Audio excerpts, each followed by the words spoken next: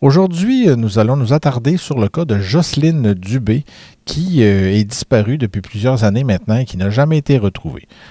Certains vont peut-être remarquer ou comprendre immédiatement que c'est un cas particulier pour moi, dans le sens que normalement j'étudie des cas d'homicide. Donc, homicide, ça veut dire qu'il faut au moins un corps, généralement, pour prouver qu'il y ait homicide. Dans le cas de Jocelyne Dubé, on n'a aucune preuve tangible qu'il y ait eu homicide, donc il y a eu meurtre ou quoi que ce soit intentionnel ou non. Donc, on n'a aucune preuve de ça, donc c'est considéré encore comme une disparition, mais on va voir pourquoi.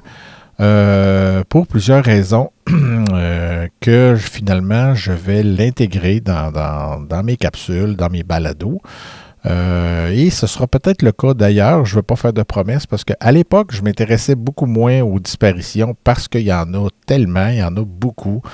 On finit aussi, il y a beaucoup de disparitions qui finissent par se régler rapidement. Et bon, à un moment donné, il faut faire des choix quand on fait de la recherche. Déjà, juste avec les homicides, je pensais en avoir beaucoup, en avoir énormément.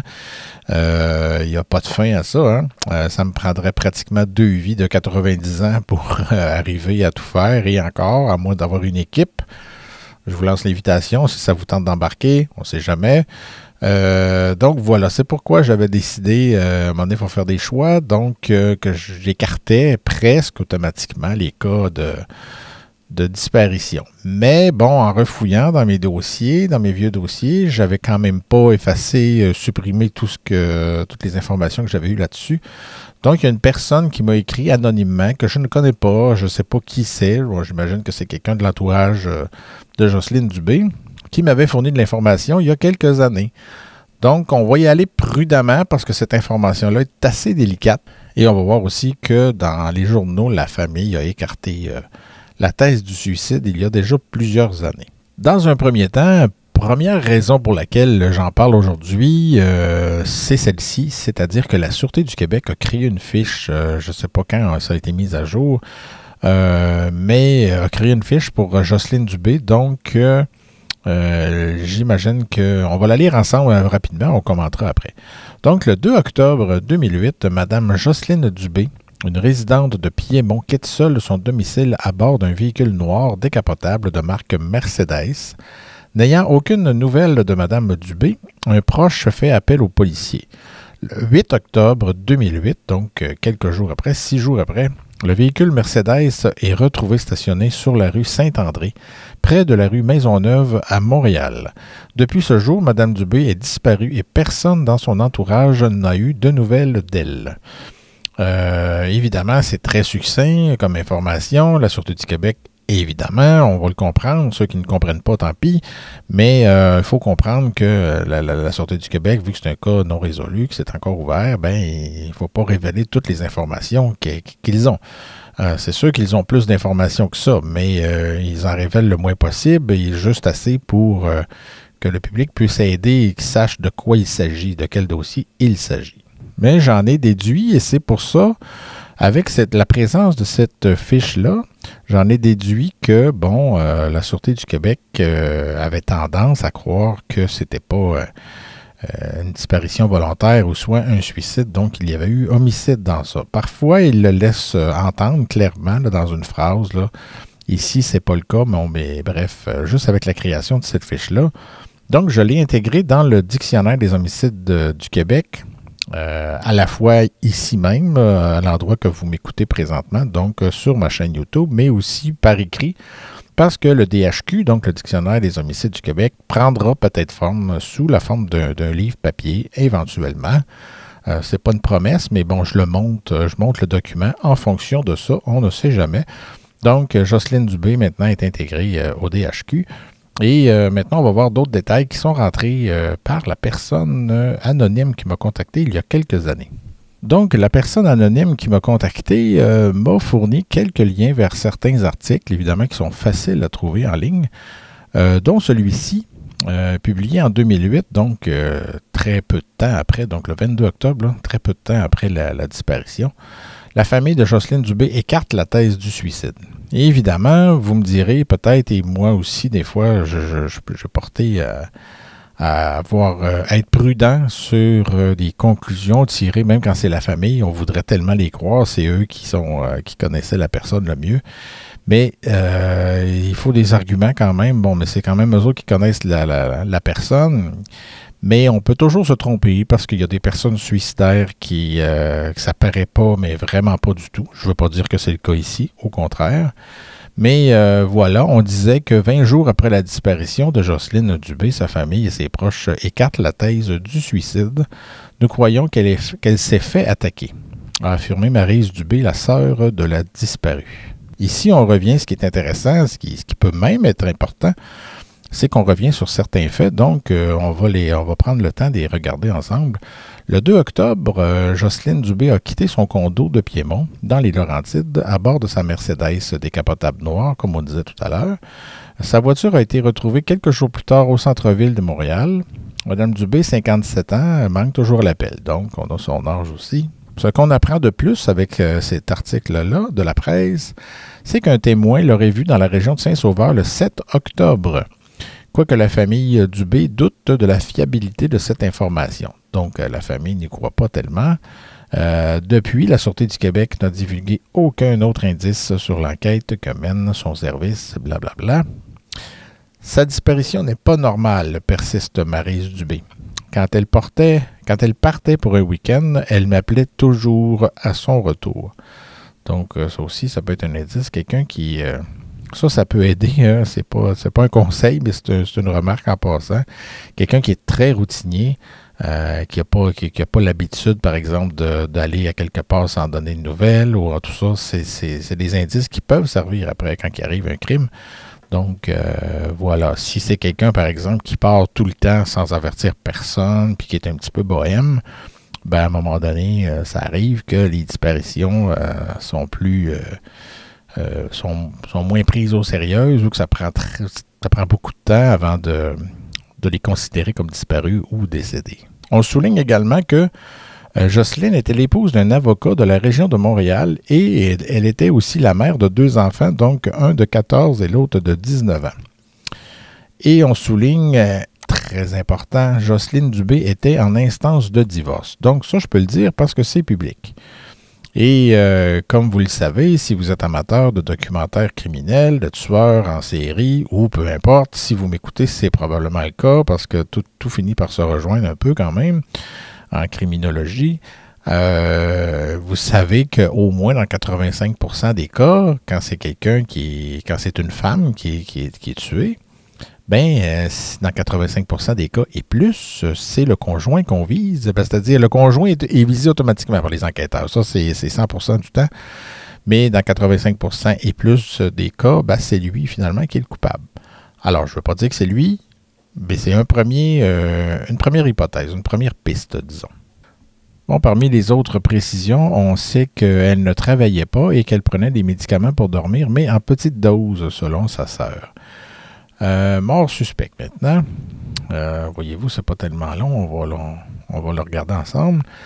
L'article se terminait en précisant que Jocelyne ne travaillait pas au moment de sa disparition et qu'elle prenait des médicaments pour dormir. Donc, c'est des précisions quand même honnêtes là, de la part de la famille, mais qui, je ne pense pas, puissent nous aider beaucoup à comprendre ce qui s'est passé. Et ça se terminait sur le fait que Micheline Vadnais, une autre femme là, à cette époque-là, dans les Laurentides, avait été assassinée. Elle, son corps avait été retrouvé justement le 8 octobre. Mais ça n'avait toujours pas été élucidé, cette affaire-là. Donc, c'est évidemment, quand c'est des crimes qui se produisent en peu de temps comme ça, on est porté à les relier, à avoir tendance à avoir des liens et tout ça. Donc, ça peut faire peur, évidemment, ça se comprend. Un mois plus tard, dans le Journal de Montréal, le 15 novembre 2008, on revenait encore sur cette affaire-là et que ça s'inquiétait de plus en plus parce que là, le temps passait et Jocelyne ne revenait toujours pas. On a même ici, ce qui est intéressant de voir ça à reculons, c'est que Martin Prudhomme, là, qui s'est rendu jusqu'à la tête de la Sûreté du Québec et qui ne l'est plus maintenant, Bon, il était enquêteur à ce moment-là, et puis bon, même lui avait commenté l'affaire comme quoi on craignait pour la vie de Jocelyne Dubé, rien de moins. Alors voilà, c'est la disparition, c'est les quelques informations qu'on a à l'époque là, de la disparition même. Donc ici, j'ai un document que la personne anonyme qui m'a écrit il y a quelques années m'a envoyé. On va le regarder vitement. Donc, on a une très belle photo ici de Jocelyne qui nous aide à la voir beaucoup mieux, je pense. Donc, évidemment, bon, ça laisse sous-entendre ce que je dis si toutefois vous l'avez vu ou bon, c'est sûr que ça fait quand même là, ça fait quoi? Ça fait 14 ans, là, ça va faire 14 ans bientôt. Ça fait quand même longtemps, donc la mémoire, je pense pas, même moi, si je l'avais croisé, pas sûr que je m'en souviendrais. Mais bon, ça rappelle un peu les circonstances. On a même une photo de la voiture qu'elle avait au moment de sa disparition, mais la voiture a été retrouvée 6 jours après sa disparition. Parmi les précisions qu'on ajoute, on écrit ici que la dernière fois qu'elle a été vue, Jocelyne portait un pantalon noir et une blouse ou un chandail blanc. Selon la Gendarmerie royale du Canada, sa fille lui aurait rendu visite à sa résidence de Piémont le soir de sa disparition. Jocelyne Dubé aurait également eu un contact téléphonique avec une amie la même journée. Ensuite, une petite description physique. Elle mesurait 5 pieds 1, 110 livres, cheveux et yeux bruns. Donc, le document ici qui a été publié beaucoup plus tard, parce qu'on parle ici maintenant de plus de 10 ans après la disparition. L'enquête est toujours active, mais bon, ça ne bouge pas tellement.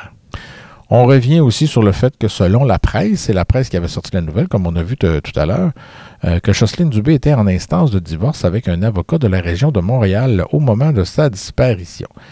Et c'est ce qui m'amène, mon doux, à l'information que j'ai eue et que, bon, malheureusement, je ne pourrais pas rendre public parce que, bon, moi, j'ai le nom de cette personne-là et j'ai d'autres détails comme quoi que, oui, il aurait pu... il pourrait être un suspect intéressant. Bon, mais est-ce que c'est le mari? Est-ce que c'est une autre piste? On n'a pas vraiment... c'est juste, comment je dirais ça, de la preuve de réputation, si on veut, parce que cet avocat-là a été radié, entre autres, et a été poursuivi dans un autre dossier, là, mais qui n'a rien à voir avec les homicides, mais plutôt avec la fraude. Donc, il faut quand même faire attention à tout cela. Mais c'est quand même très, très intéressant comme dossier. Donc, comme mot de la fin, je me garde un peu cette précision où, bon, c'est jamais clair, ces choses-là. Il faut faire très attention. Là, on voit qu'il y a une piste qui se dessine, mais est-ce que cette piste-là, j'imagine là, que la Sûreté du Québec l'a exploré, cette piste-là. Et que, bon, étant donné le fait qu'il n'y a jamais eu d'accusation dans ça pour l'instant, que les éléments ne sont pas assez importants pour déposer les accusations. Donc, on manque de preuves. C'est ça qu'on dit souvent là, dans ces causes-là. C'est pour ça que c'est très délicat, parce qu'officiellement, c'est une cause de disparition. On n'a pas de corps, on n'a rien. On n'a même pas de tache de sang, en tout cas à ma connaissance. On n'a pas d'indices qui nous permettent qu'il y a eu trace, par exemple, de lutte ou d'actes de violence ou quoi que ce soit, d'armes du crime aussi. Donc, il faut être prudent. Donc, les informations que j'ai, évidemment, je vais les garder pour moi. Peut-être juste terminer en disant que si la personne m'écoute, celle qui m'a écrit sous un pseudonyme, m'écoute en ce moment, peut-être me réécrire soit dans les commentaires ou m'écrire personnellement. J'aimerais ça parce qu'il y aura peut-être un suivi à faire, il y a peut-être des choses qu'on peut dire un petit peu plus, parce que, bon, évidemment, je ne m'exposerai pas à des poursuites non plus là, en diffamation, mais bon, bref, ce serait quand même, on pense toujours à la victime dans ce cas-là, donc ici, Jocelyne, ben, si c'est un homicide, et je pense que le pourcentage est assez élevé que ce soit effectivement un homicide, bien évidemment, on aime aider, on aimerait ça pouvoir faire débloquer les choses. Alors, je suis désolé pour le public habituel de tourner autour du pot, de ne pas savoir quoi trop dire et quoi ne pas dire. Mais c'est ça, c'est les cas non résolus, c'est souvent ça. Des fois, on a des pistes, j'en ai eu plusieurs à travers les années, dans plusieurs dossiers.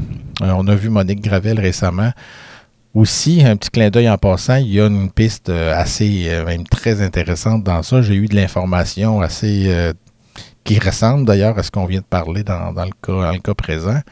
Mais voilà, c'est ça, on ne peut pas en parler. On a même des noms assez précis et on doit se taire, malheureusement, à moins qu'il y ait d'autres développements.